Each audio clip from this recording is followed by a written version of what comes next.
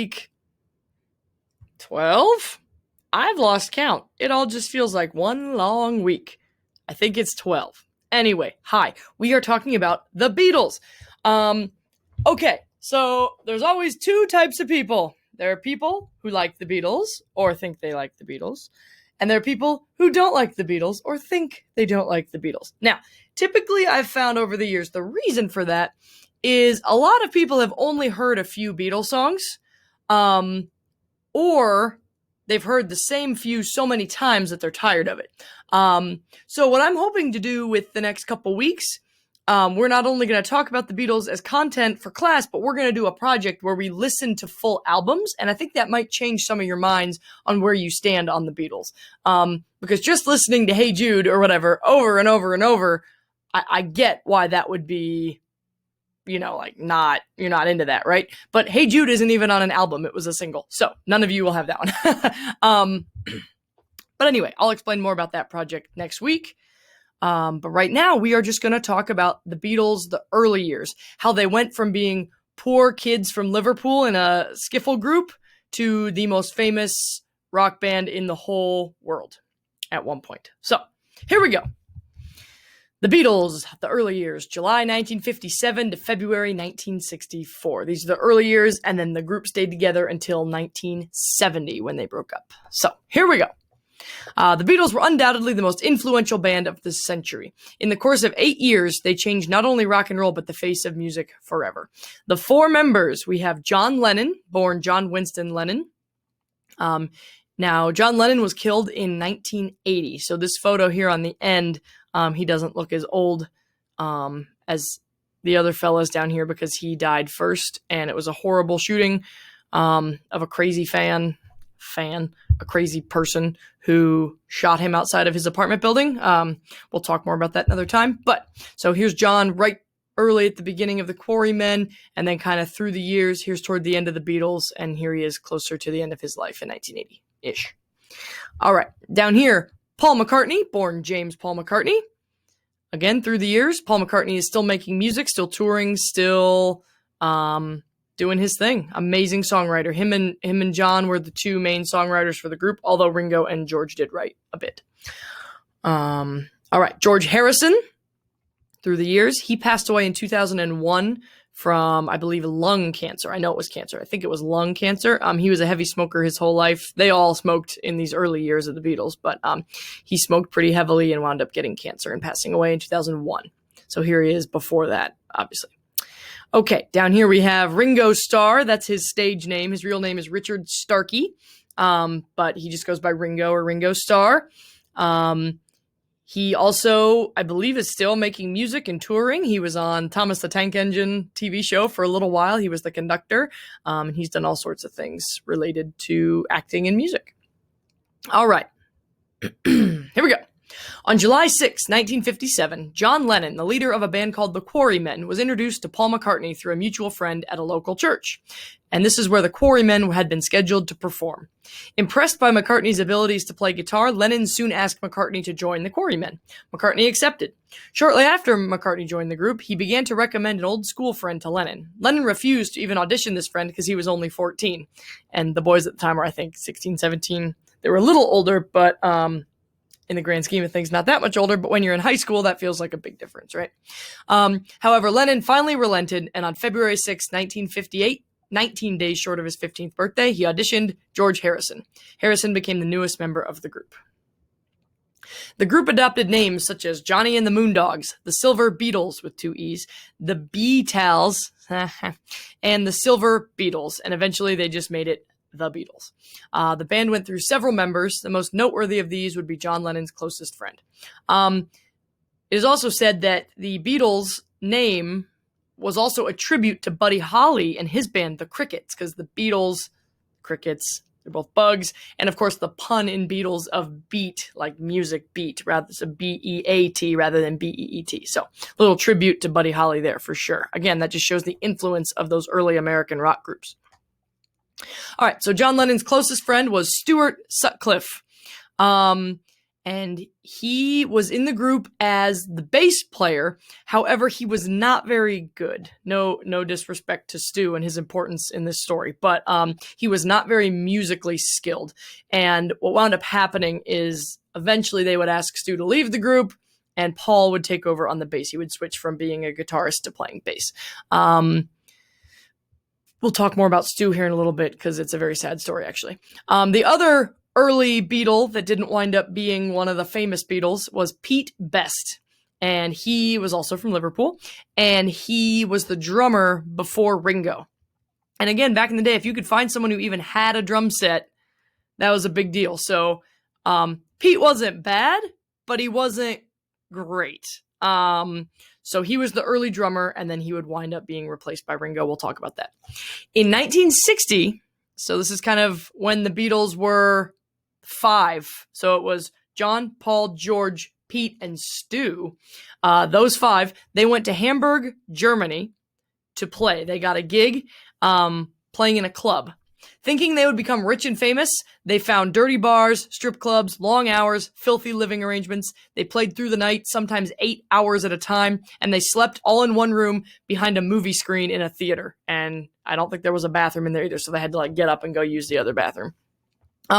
Throughout their stay in Germany, they gained a lot of knowledge of performing, but that is all they gained. They never saw the money they were promised. Their stay in Germany ended abruptly when George, then 17, was deported for being underage. Oops. In July 61, Stu Sutcliffe, decided to leave the group to continue painting. He also had fallen in love with an artist whose name was Gretchen? What was her name? Ingrid? Can't remember her name. I'll look it up later. Okay.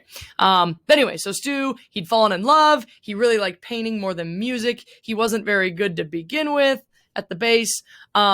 So reportedly he was a weak bass player, and after he left, Paul took over playing the bass. Oh, it's going to bother me what that woman's name was. Ingrid. Agnes. No, that's not it. I'll get it. Anyway.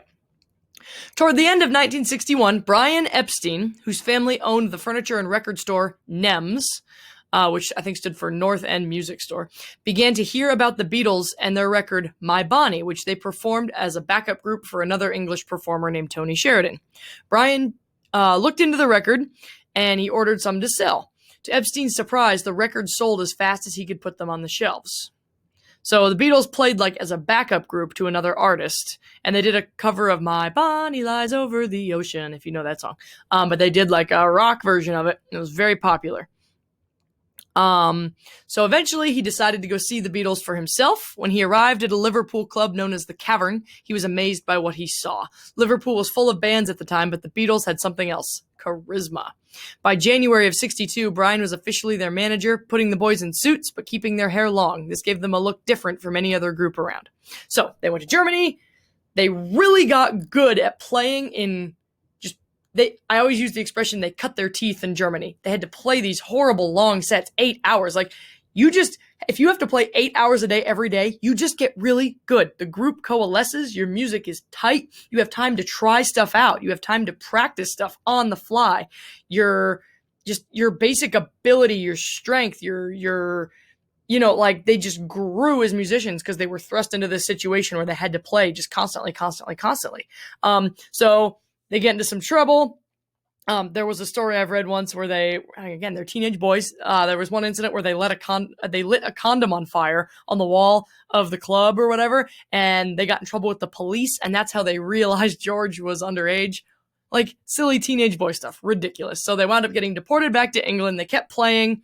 They got their instruments back. That was a whole story where their instruments, the drum kit was still in Hamburg and they had to ship it over. Whole big thing. But anyway, so they come back to Liverpool. They're playing at the Cavern. They wind up backing up Tony Sheridan on this record. And Brian Epstein, or is it Epstein? I think it's Epstein. I always say it wrong because it's stupid Jeffrey Epstein. Brian Epstein, kind of not discovers them, but he kind of is who are these guys? And he has money and a business, so he becomes their manager, and he kind of became the fifth Beatle in a way, now that Stu had stayed in Germany to paint.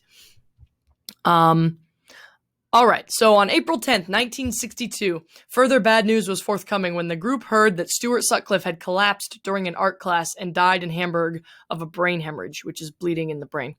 So again, that was John Lennon's best friend. He had been one of them until he had decided to leave the group. So that was a huge loss, the loss of their friend Stu. So the following day, the Beatles flew to Germany and opened a 7-week engagement at Hamburg's Star Club. So by now, George was older. But yeah, what a bad loss there. After several failed attempts at different recording studios, the Beatles were able to land a recording session with Parlophone. There was only one problem. The group drummer, Pete Best, had to go. He just wasn't cutting it. He wasn't jiving. He didn't have the energy. You know what I mean? So they wound up replacing him with Ringo Starr on August 16th, 1962.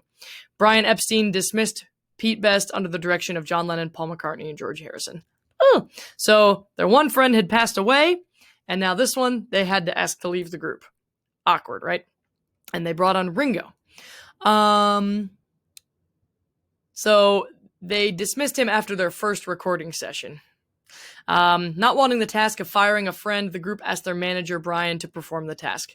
Many have called them cowards for this, but in truth, he did not really have the talent required for them to go the distance. The Beatles had asked Ringo Starr, the drummer for Rory Storm and the Hurricanes, to join the group. Unfamiliar with this new drummer, Beatles producer George Martin refused to allow Ringo to drum, and a session drummer named Andy White played for the group. Andy's career with the Beatles was short-lived as the group insisted on Ringo for all future recordings and performances. With Ringo by their side, the Beatles went on to conquer Great Britain. The craze they caused was nothing Britain had ever experienced. This is kind of the beginning of that Beatlemania. Toward the end of 1962, the Beatles broke through to the UK charts with their debut single, Love Me Do, and played the Star Club for the final time, which was in Germany. The debut was important as it far removed from the traditional beat combo sound. It used a harmonica, and it made the song kind of stand out. And that song was on the last week's playing examples for British Invasion. October 5th, 1962, the final group of John, Paul, Ringo, and George laid down their first single, Love Me Do, and the B-side was P.S. I Love You. It reached number 17 on the UK charts, and it was said this was because the manager, Brian Epstein, bought $10,000 worth of copies to boost the recognition of the group. Don't know for sure if that's true, but it's an interesting legend. February 13th, 1963, the Beatles appeared on UK's television show Thank Your Lucky Stars to promote their new single, Please Please Me, which was also on last week's list. They were seen by 6 million viewers on that TV show. It was a pivotal moment in their career. The start of a new year, they would spearhead a working class assault on music, fashion, and the peripheral arts. Please Please Me, with its distinctive harmonies and infectious group beat, soon topped the UK charts. It signaled the imminent overthrow of the solo singer in favor of the irresistible wave of English talent. From this point, the Beatles progressed artistically and commercially with each successive record. After 7 weeks at the top with From Me to You, they released the strident She Loves You, a rocker with the catchphrase, yeah, yeah, yeah, that was echoed in ever more frequent newspaper headlines. She Loves You hit number 1, dropped down, then returned to the top 7 weeks later as Beatlemania gripped the nation. It was at this point that the Beatles became a household name. She Loves You was replaced by I Wanna Hold Your Hand, which had UK advance sales of over 1 million and entered the charts at number 1. In November of 63, I Wanna Hold Your Hand became the number 1 hit in America, which was a huge deal. Remember, to make it in America meant you had made it. To the American teens, their long hair, collarless suits, and Beatle boots were irresistible. The press loved the way they could always come up with something witty and charming for them to quote. All in all, the Beatles took America by storm.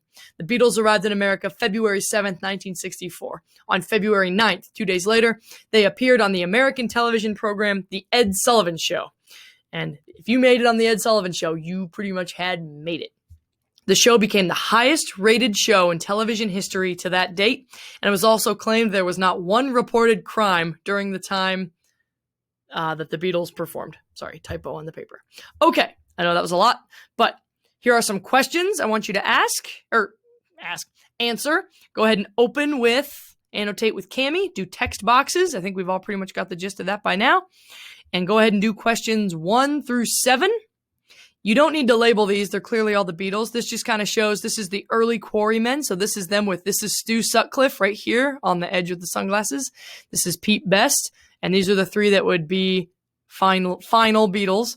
Here they are after Ringo has joined the group, and you can see here they've gone from this kind of greaser style to being in suits, and this is what Brian brought to the group, right? He brought them a different look to help them get famous and be discovered.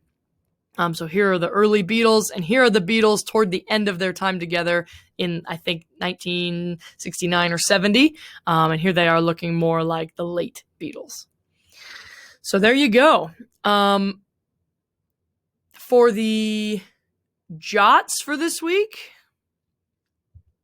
I'm just going to make a separate document. And I want you to do the jots in that separate document. Okay. I know it's an extra thing. Normally we do those songs after the projects, but I want to do it this week. So I'm going to make a separate document. You're going to do the listening jots. It's on Spotify. And then next week, we are going to do our Beatles project. It's going to be very similar to the Founding Fathers of Rock and Roll project, except it's an album, not a person. And you're going to listen to that album and learn everything about it. Do a deep dive into one Beatles album. Okay. I'm going to hang it up here. Please do this packet with the questions, and I will put up the listening jots in a separate document so you can open that document, do your jots, turn them both in. And next week, we'll do our project. All right. Hope you guys are doing well. Email me if you have any questions. Bye.